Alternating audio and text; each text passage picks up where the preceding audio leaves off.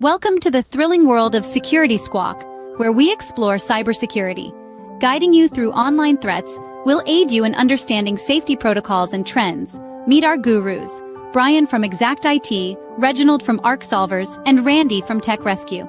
Together, we'll delve into current events and hot cybersecurity topics, helping you comprehend their impact. Stay informed, stay secure. Security Squawk, the business of cybersecurity. Buckle up, let's dive in. What's up, everyone? Welcome back to the Security Squawk podcast. It's the show where we take cybersecurity stories in the news that everybody's kind of talking about and reacting to, and we break down what they actually mean for people running businesses. If you don't know, I'm Brian. Here with me today are Randy and Andre. Andre, welcome back to the show. How are you? Hey, doing good, man. Sunny South Florida. I'm about steps away from the beach right now, doing a client visit. You're not going to go to the beach, though, are you? Because it's like 50 there, right? Yeah, it's 57. I was going to do a surprise beach podcast, but it was too windy for me, and I didn't want to get cold. Yeah, you know, Brian, we always talk about the weather kicking off the show. It's 20 stinking degrees down here in Texas. We don't know how to act, man. It only gets this way like once every maybe 4 years down here where we live. Yeah. Fun times. Weather sucks, period. I've been shoveling snow for 2 days, so it's all good. All right. So, guys, we got another familiar feel to the week this week in this show. We got some big names, some serious exposures, and a lot of stuff going on out there that really doesn't slow down attackers one bit, right, guys? Companies are doing things, but it doesn't seem like they're doing enough. And we're going to expose these stories because they don't seem to be hitting the news like they probably should based on what's going out there in the world. Cyber attacks doesn't really rise to the level of maybe what the regular news or what the news outlets that you see every day pick up. So pay attention to this show because we bring you what's happening out there in the real world of businesses and what you need to be paying attention to because cyber criminals aren't slowing down, and the show is going to expose some serious breaches to some serious companies that should have some serious dough to do something about this stuff. So throughout this show, guys, I think we're going to hear what we're going to say. What we're going to hear is like investigating claims, right? That's what the theme of this show is going to be, and all the stories we're going to talk about. They're all investigating claims of a breach. So, we're going to talk about what that means, what we know, and get into like why we're learning of stories like this now versus how we used to learn about stories where it seemed like a company was like ransomware or shut down. Like, what has changed and why do we kind of find this stuff out on the heels of what actually happened instead of maybe before or during an event? So, Randy, let's dig in. Let's start with your story as we talk about one of those investigating stories. Hackers are auctioning off 860 gigabytes of source code stolen from Target's development servers. They're not threatening to leak it. They're not teasing screenshots. They're auctioning it. So this wasn't customer data. This was development infrastructure, internal tools, build systems, things companies still treat as low risk because they're not production. So walk us through what they actually took in detail and why this should scare more people than it does. Yeah, so most of what you just said is what happened. Here's the deal, though. This was stuff stolen from a development server. And so typically what happens when companies are developing software for internal use or to sell or whatever, they typically have a development server or development platform, and then they get it all together and then they roll it out onto something that's maybe more secured. The downside of that is often they don't want a bunch of security controls and things like that on the development server. And so what happened here was the bad guys were able to get into that developer server and steal about 860 gigabytes of data, which this guys could be, you know, it's something we talk about sometimes, the gift that keeps giving, where there's something in the news for a long time. This could end up being one of those, because we're talking source code for some of their gift card stuff, some of their other platforms. We're also talking about personal information of developers, URLs for where different things sit. The way that they go from development to production, and their basically their process for that's been revealed. All kinds of internal links to important data here and there, all that's been revealed. This could be really, really bad, and we're not exactly sure how this started, but my little AI that I used to do the research for these things was able to make a connection potentially between something that happened to them in late September 2025. I don't know if that has anything to do with this or not, if that's how the bad guys got in, or if they were just working on a server. It's basically a version of a Git, which is like a GitHub. It's where you post code, you post updates to code.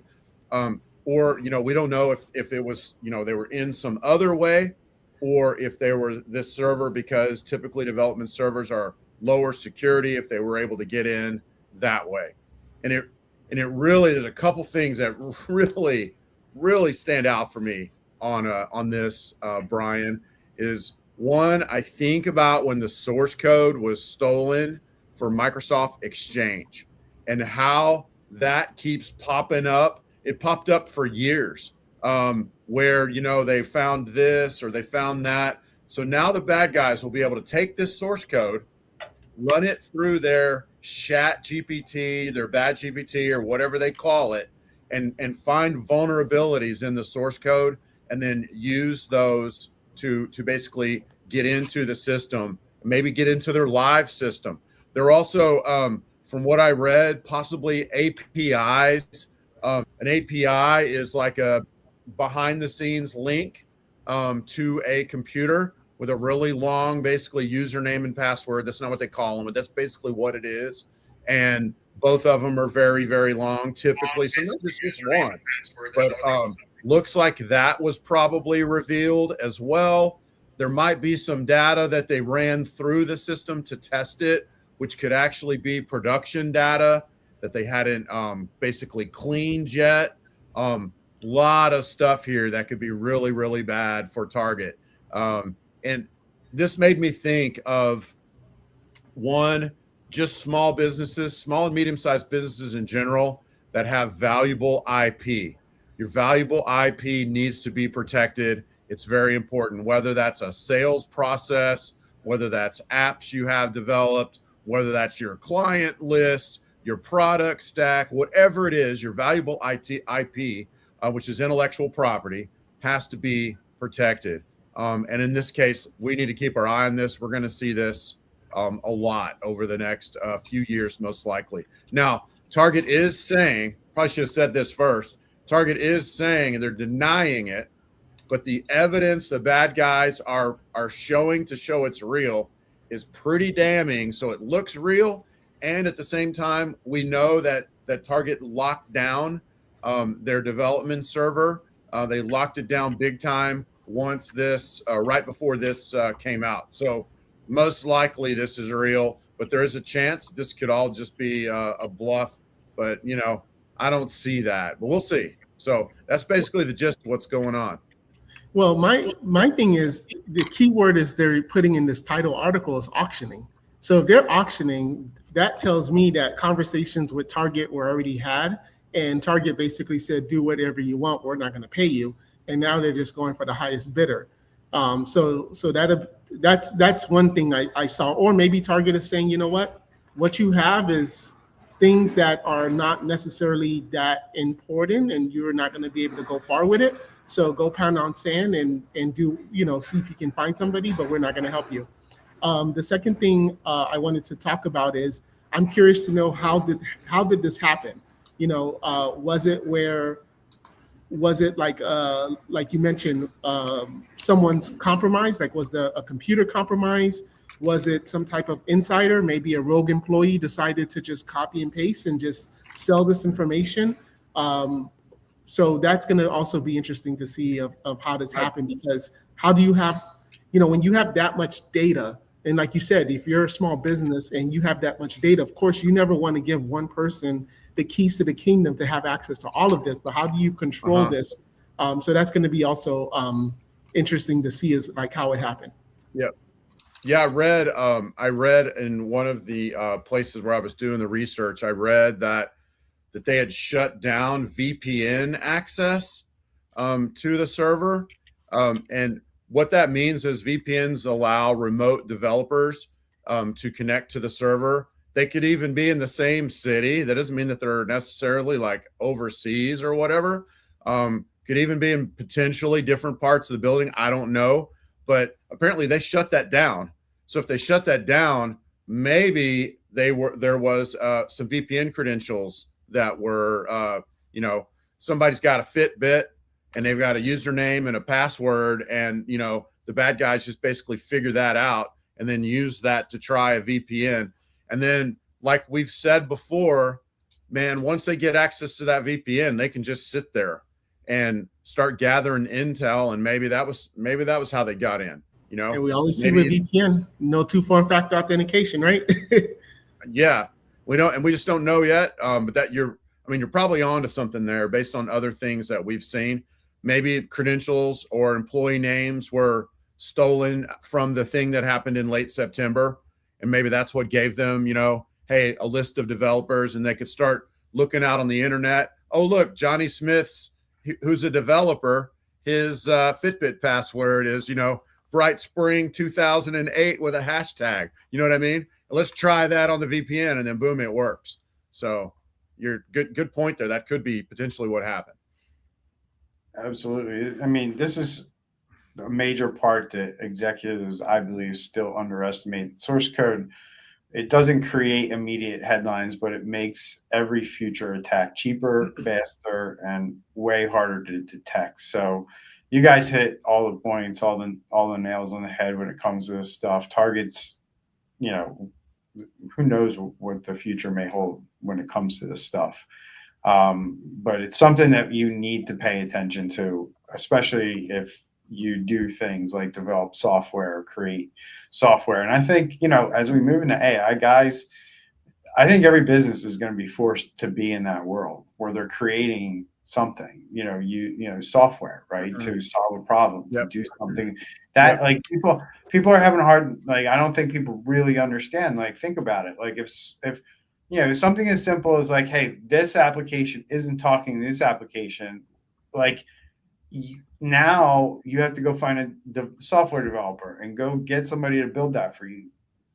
In the very near future, and within 5 years, the workforce is going to change to where they just go to AI to get these things to work together.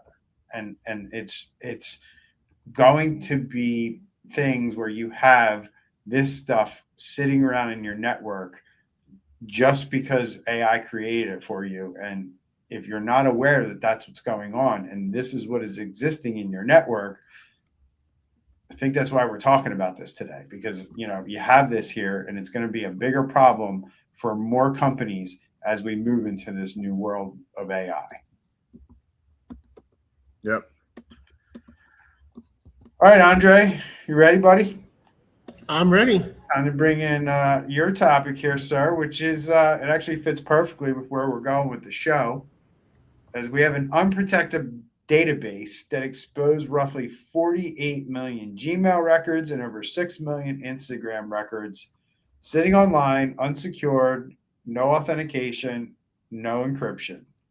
So with that said, it wasn't sophisticated. It wasn't a 0-day exploit. It was data left out in the open. So Andre, walk us through what was exposed and how something like this can still happen in 2026. Yeah, this is amazing. I'm going to just go down the list real quick. Gmail, 48 million, Yahoo, 4 million. These are basically affected. These are platforms where they're basically saying they have some type of information, username, password, etc. So Gmail, 48 million, Yahoo, 4 million, Outlook, 1.5 million, Facebook, 17 million, Instagram, 6.5 million, TikTok, 780,000, Netflix, 3.4 million, and OnlyFans, 100,000. We know there's more than that in OnlyFans. And then even some government domains as well. So this is not a case of where, someone, this isn't like saying that these companies necessarily got compromised. This is saying that users, so maybe someone's computer had a malware that was stealing passwords, session tokens. It could have even had keystroke software on the computer where it was taking that information. And think of it as like a bad guy stealing all of this, TVs and, things that bad guys want, putting it in a warehouse, and anybody can just kind of go and see what the bad guy is storing. It's the same, analogy, but in this case, it's on the digital side. And that it was surprising because, as you mentioned, it's just basically publicly accessible. Anybody can just go and be able to now see this entire database. And what's the scary part is that most of the people don't even know that their information is out there. And this is kind of now just showing like a behind the curtains of how the bad guys operate and how they have all of this information to now, like you said, put it in that GPT or sell it in auctions or whatever the case is.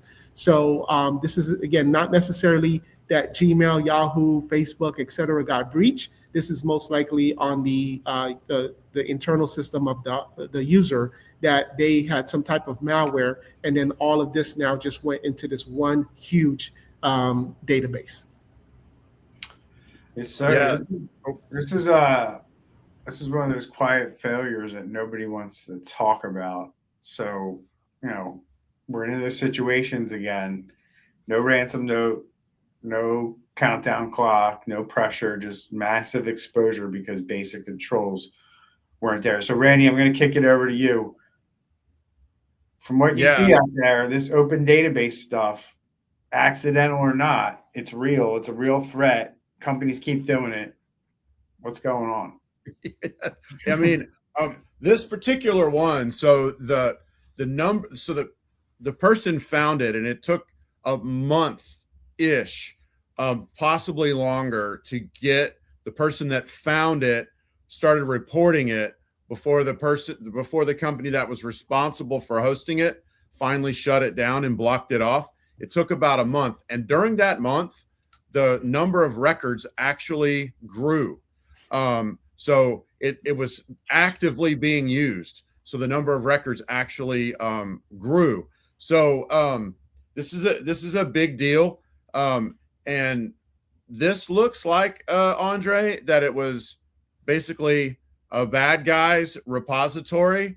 And if one bad guy, organization, whatever, is putting stuff into this, then most likely other bad guys are pulling stuff out of it at the same time. You know what I mean? Like, they're not going to sit around and wait till they get to 150 million before they sell it. This was probably somebody somewhere was using this as part of, and sure, I'm certain they had a backup of it. So yeah, we shut it down, but they're going to pop it up somewhere else. But this is it's a very real issue. And it kind of shows how, these cyber criminals, they're moving fast. They're a little sloppy. They may not even be that technical inclined, because you would think they at least, password protected or do something, but they just left it open, just like how, users leave things open. But this is just a reminder, when you're listening to this podcast, what should you do? So imagine your Gmail, your Yahoo, your Instagram, your OnlyFans. Now that information is out there, make sure you're not using the same, sorry, it's funny, Brian.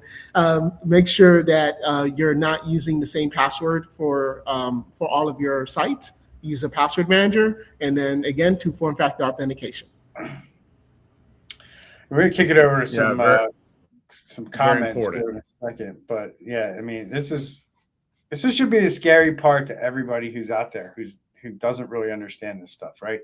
a lot of breaches aren't actually attacks. They're somebody discovering something as they're going through their day or whatever. Like if they're out there looking and they come across it and they really didn't have to do a whole lot to get access to it, right? So, breaches like this, you have to remember all those security tools that you're investing in is kind of what I talked about at the top of the show.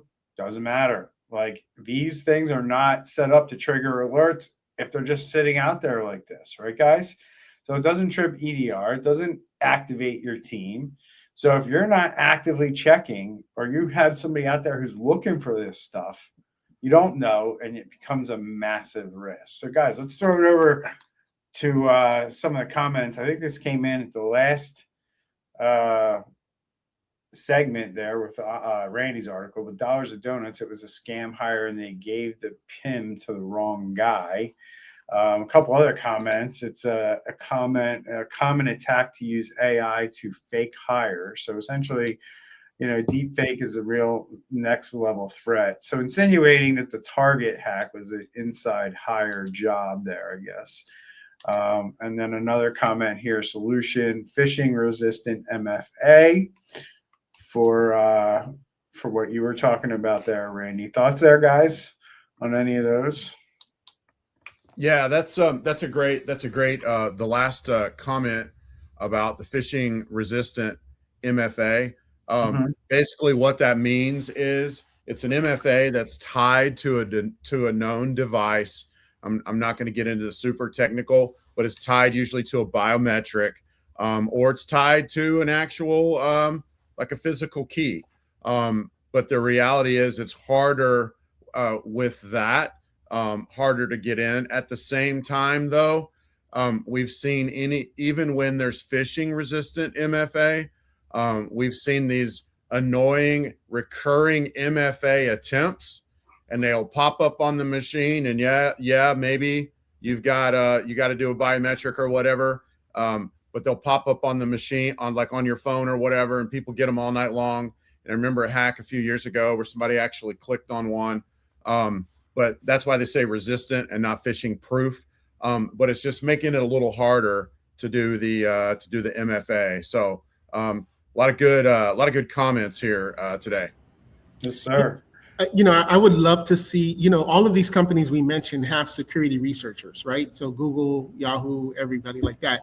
I would have loved to, and maybe it is happening, but what I would expect from these companies, if they know that their customers, even if it's a free Gmail account, doesn't matter, but if they know that their customers' data is out there and they have access to this repository, I would say send out an email saying, hey, look, we found your information, or force a reset of the password or something, and just be proactive, even though it's not necessarily their responsibility. But I do think that they have some type of responsibility in at least just being a little proactive and helping their users help themselves.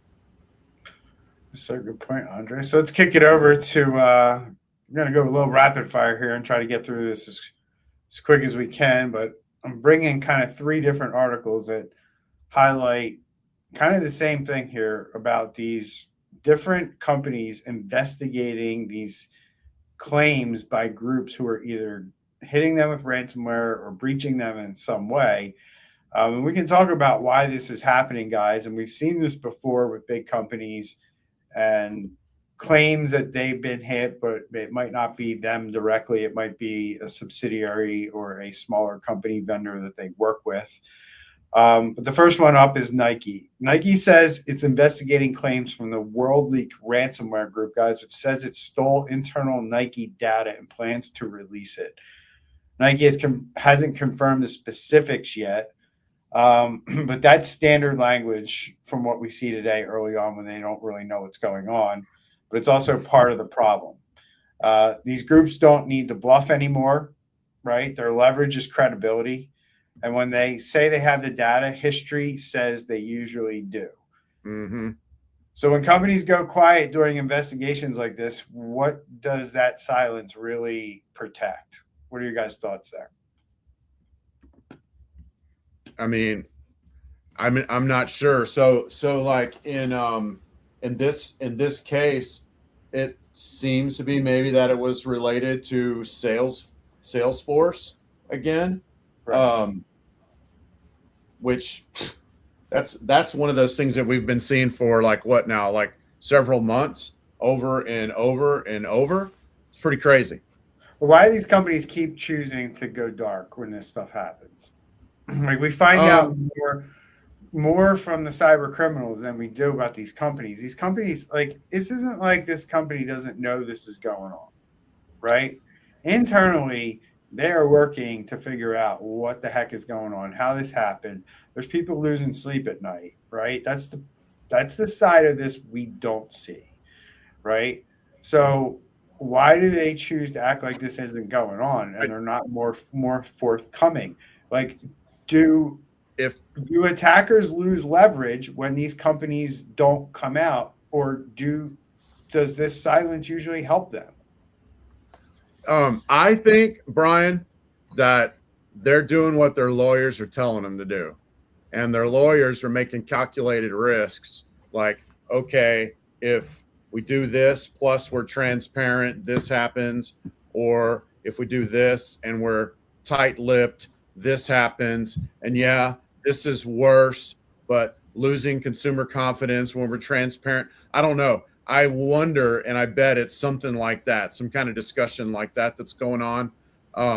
It doesn't seem to make sense though, because it's not a matter of when, it's not a matter of if you're going to get hit. It's just a matter of when, and Mm-hmm. how you deal with it matters. So I don't know. Maybe it has something to do with that.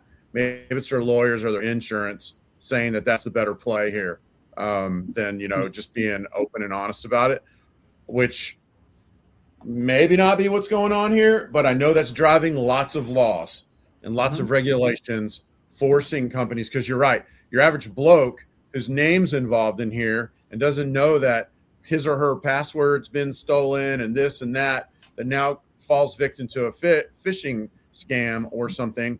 The average Right. bloke is going to pay for this if they're tight-lipped about it. Right. You just bought shoes from Nike, and you get some kind of email or text, when you don't know this is going on. That gives more leverage to the attackers, right? And from they can attack your customers, but they can also threaten to attack your customers and put more pressure on you, right? Hey, we're going to go start doing this to your customers if you don't pay us, right? That's what's going on out there, and that's the scary part when people don't understand that. Like, it really is a matter of like hours between whether or not your data it gets exposed or not. Based on how these executives make these decisions when they're negotiating with these different groups, right? And as we know, guys, if one company is getting attacked in an industry, another company seems to get attacked. And that's happening simply because, as maybe Randy alluded to, now I don't know the details of this one, but it could be the Salesforce related, and they key on the same vulnerability. If they know Nike and Under Armour are using the same technology and they know there's vulnerabilities, they're going to go after it. And Everest ransomware group, a different group, claims to have stolen over 300 gigabytes of data, and about 72 million user records are now appearing already in breach databases. Under Armour has yet to confirm the breach, but here's the problem, guys. Independent breach trackers have already have the data. That means customer data is already exposed, whether the company wants to confirm it or not. So at what point does we haven't confirmed stop being reasonable and start becoming a leadership failure? Like, I get it, Randy. I 100% agree with you, dude, because this is exactly how ransomware 1.5 played out when they were actually still encrypting the files, and the lawyers started to get involved and started to advise companies, and it started to slow the process down for the attackers to the point where they didn't like it. So they pivoted quickly away from that, and they will pivot again. If lawyers start giving bad advice that causes them to not get paid as quickly as they want to get paid, they will pivot and they will do other things. And the lawyers are so far behind what these guys are doing and the advice that they're giving that is a massive part of the problem. And I think that's what you were trying to say earlier, Randy, but just a lot nicer. Yeah, and this just shows how these companies care about their bottom line more than they care about their own customers and the responsibility of protecting the data that their customers have inputted into their systems. A couple of weeks ago, there was, I forgot what article it was, but we were talking about, and this happens all the time, where you go on the company's website and there's nothing about the data breach. There's nothing about like, hey guys, we had this incident, maybe or maybe not, but just in case, look out for any type of phishing emails. Nothing about that. And I guess they just, like I said, they just care more about their bottom line. They know that the lawsuits are gonna come, and the more they put in writing about their leadership failures, the more the opposing counsel is going to be able to use that against them to be like, look, you even said it. So I think that's why they have to also just be careful about what they say, because they know lawsuits are going to be coming, around the corner. Mm-hmm. All right, guys, any last thoughts on that one before we move to my final kind of rapid fire here, which is this gas station? Texas. Yes, sir. Ransomware attack on a major gas station chain. So this is 3 ransomware attacks on 3 major companies that most people probably haven't heard about. Now, I don't know, guys. It's kind of weird to me that we're not hearing about this stuff. And it's, I would consider this pretty prevalent. And these aren't the only ransomware attacks that are happening. So what's going on out there? Why isn't it getting the press that it deserves? That might be another topic for another show. And why is this stuff getting buried? Again, it seems like the host country and us are turning a blind eye to what's going on out there with cyber criminals. A ransomware attack on a major gas station chain exposed social security numbers for hundreds of thousands of people. That data enables identity theft right there, guys. Social security numbers. So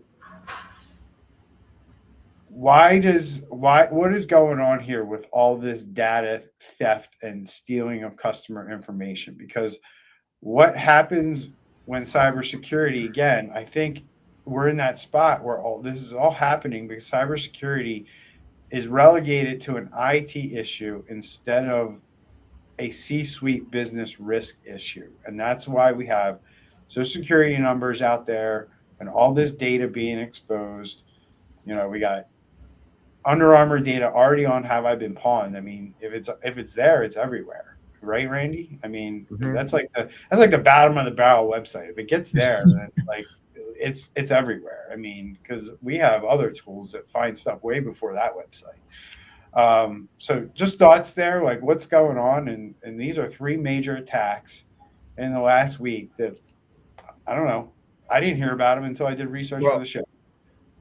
The crazy thing, Brian. So there's going to be more that's going to come out of this, okay?